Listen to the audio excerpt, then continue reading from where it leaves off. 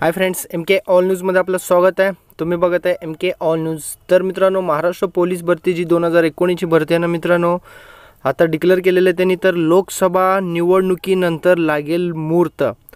तर हे सकाळ पेपरमध्ये आलेलं आहे मित्रांनो, आणि काल भरपूर प्रमाणे आणि मोठ्या प्रमाणे हा मेसेज व्हायरल होत आहे। ही बातमी खरीच आहे मित्रांनो।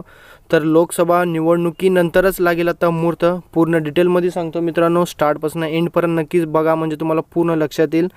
तर तुम्ही पेपर बघू शकता, इकडं ग्रीन कलरचा बॉक्स करतो बघा, 9/2/2019 नागपूर अमरावतीचा पेपर आहे। ओके, तुम्ही नेटवर पण सर्च करू शकता।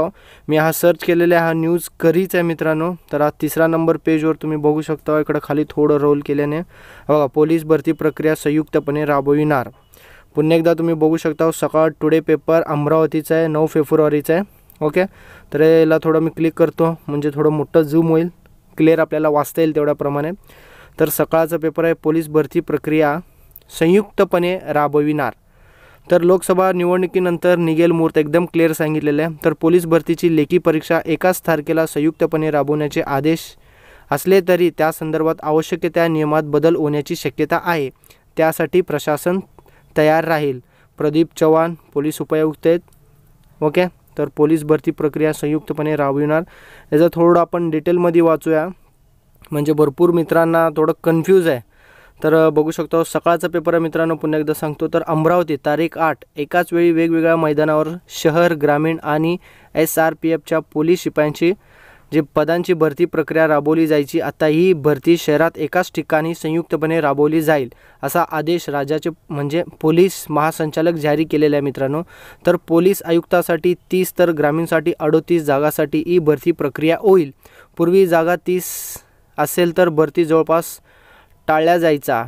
शिवाय मेगा भरती झाल्यास एकच उमेदवार वेगवेगळ्या तारखेला भरती अनेक ठिकाणी घेत होते मित्रांनो।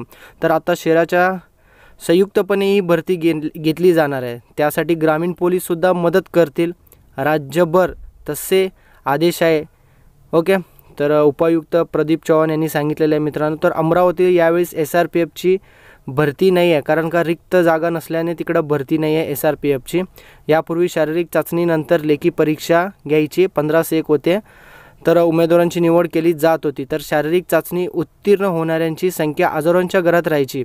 आता शारीरिक चाचणी पूर्वी लेखी परीक्षा आहे मित्रांनो। ओके, तर सर्वांना माहीतच आहे, लेखी परीक्षा अगोदर आहे। तर मित्रांनो, ही जी भरती आहे ना, आता लोकसभा निवडणुकीनंतरच होणार आहे। तसेच आमच्या चॅनलला सबस्क्राईब करायचं विसरू नका।